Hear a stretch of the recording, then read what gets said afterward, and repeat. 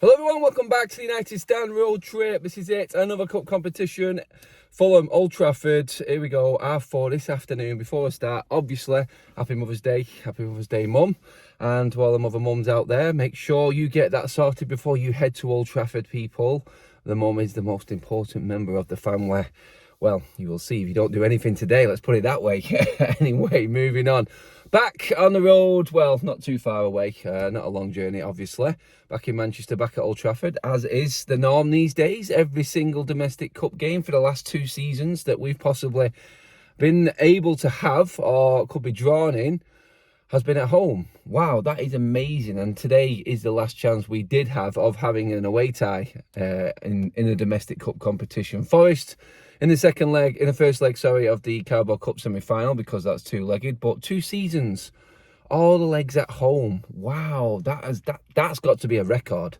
That's got to be a record. It's no wonder Manchester United have broke all records this season for ticket sales.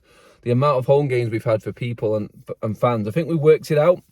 If you opted in to all the cup competitions this season, so Europa League, FA Cup, Carabao Cup, you're spending on average between £300 and £400 more a season as a season ticket holder on top of your season ticket price. It's cost United fans a fortune this season.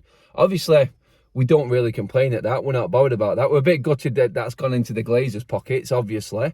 But this is what you should expect as a United fan. Ten Hag has embedded this into the United fans' DNA again. It's like, expect to actually be booking a trip, be booking another away day, be booking another round, because we're going full ball for every single competition we enter. His first press conference of his career at Manchester United was, we're going to win every single game.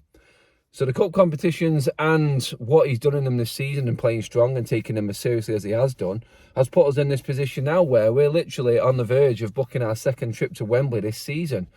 Our second semi-final of the season. Obviously, we've been drawn against Seville in the Europa League, and that, again, if that goes well, there's another semi-final. We've already got 1 cup in the bag in the Carabao Cup, and it's just one of them seasons that you've just got to say, enjoy it. Enjoy it while you can. I'll be honest with you, I didn't enjoy the trip back from Seville. It took us 13 hours to get back from Seville to Manchester. Missed connecting flight, lost baggage, still not got my luggage back yet. Having to go to London, then get a train to Manchester from there, because the flight to Manchester straight from our connecting flight destination, we didn't make it in time. It was the same airline, and they're the ones that should have helped us out because they were delayed in the first flight. No connection flight, hence carnage trying to get back home. Anyway, we're home, we're safe, and we got to go back again because we got drawn against Seville. It's mental, it's crazy what is going on this season, but you know what? I wouldn't change it for anything. It's just a joy to be a United fan right now. The roller coaster that this season has been already has been enough compared to what we've had to deal with over the last few years. It just feels like the club is united, the fans are united, the players are back united with the fans, the connections there, all down to Ten Hag, and that continues today against Fulham. Fulham, who we cannot take lightly. A full week off again. I know I keep saying this, but it's big. Look what happened with Southampton last week. You know, but off the back of a good European night, I know we went down to 10 men, but teams that have this extra bit of time to recover and prepare for games, it plays into their advantage. This was the biggest thing with United, even under Sir Alex Ferguson. Balancing a cup game because we're in all these competitions to then the weekend game. It is an advantage to the other team. But we're just in a routine now where we're just expected to do this week in, week out. Obviously, we've got suspensions, we've got injuries now. So we've got to look at who we're going to play, how we're going to play it. And I do believe that the game against Betis on Thursday night was managed to a point where I feel confident going in quite fresh.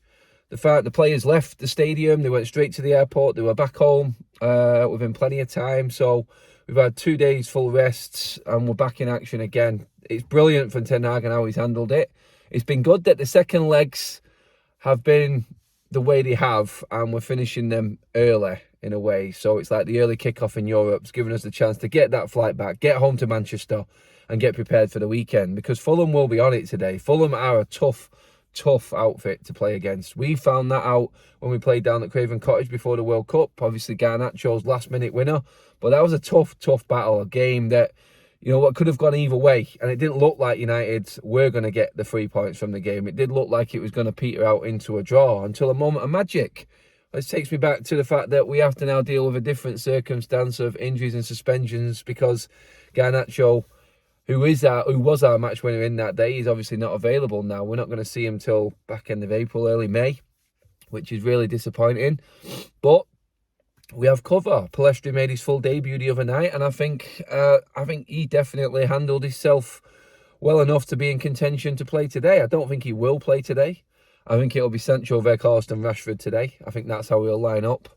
Rashford got his rest, obviously, after getting the winning goal again. And I think Sancho had his little cameo, confident cameo. It's weird how Sancho has been better off the bench than he has in starting games recently. So that's my only concern. In a way, Garnacho is pretty much the same. Been better off the bench as the impact player.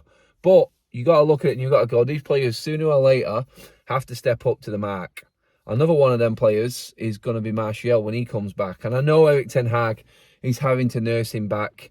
It's annoying that we've got a player with that quality that we cannot play. He's been back in training for over 2 weeks now, and we've not seen him in any matchday squad yet. Now, will we see him this weekend when we are short on numbers and we do need a bit of a refresher? Even if he plays 50, 60 minutes, Martial will help a Weghorst out, who can then take that break and come on as an impact player himself. This is what we need from him right now. We're not going to get 90 minutes. I don't think we'll get 90 minutes out of Martial this season. But what he can do is impact the game and put us in a position in the game where we can make the changes. Because we have options and different options now in terms of how them players are. Weghorst compared to Anthony Martial, it's a different kettle of fish altogether. Different ball game. But what it can do is then disrupt the defensive setup for the opposition. If you're setting up against Weghorst, you've got to set up a certain way. Martial's a different ball game. You can interchange that and mix it up. And then even we make a substitute off the wing and Rashford could come into the middle, even make a 2. With Martial in the team, or even in the matchday squad, we've got more options, we can do more, and it's harder to play against. That's what we have to be. Because obviously we know how to play. And actually, in a way, I think it was Gary Neville who said it a few weeks back, this is what Manchester United of old was. You don't know how we're going to play. You don't know the style of play that Manchester United are going to come out with. You don't know if it's going to be a high press. You don't know if it's going to be deep, counter-attack. You don't know if it's going to be progressive. You think it's going to be possession-based. You just don't know how we're going to play. But what we do is find ways to win while still controlling the game. It's like everyone... I was speaking to people after the Betis game in the week, and they were saying, I'm really disappointed in the first half. I'm like, shut up. You know what I mean? Yeah, it was a bit of a ding-dong game, but if it was a ding-dong game, that meant that Man United probably had more opportunities than Betis. And I thought we created the best chances in that first half. They had a couple of decent saves, but we managed that game really well, I thought. We were never really in trouble. I never felt in trouble at one point in that game. And I said at half-time, I thought we've handled this well. We've got through it. I expected the atmosphere, the velocity and volume. It was just one of them. It was we expected high energy from Betis early doors. We managed it, and in the end, we just seen the game out. The goal then settled us down. I thought it was all right, and we find ways to win games. I think today's going to be that. I think against Fulham, you've got the threats, the obvious threats that we've got. They've got good players in that team, Fulham, and we're not going to take them for granted. Pereira's had a great season. Paulina in the middle, obviously Mitrovic. You've got a lot. You've got a lot to deal with Fulham. And the high, the Boyd, they're in decent position. They've had a season.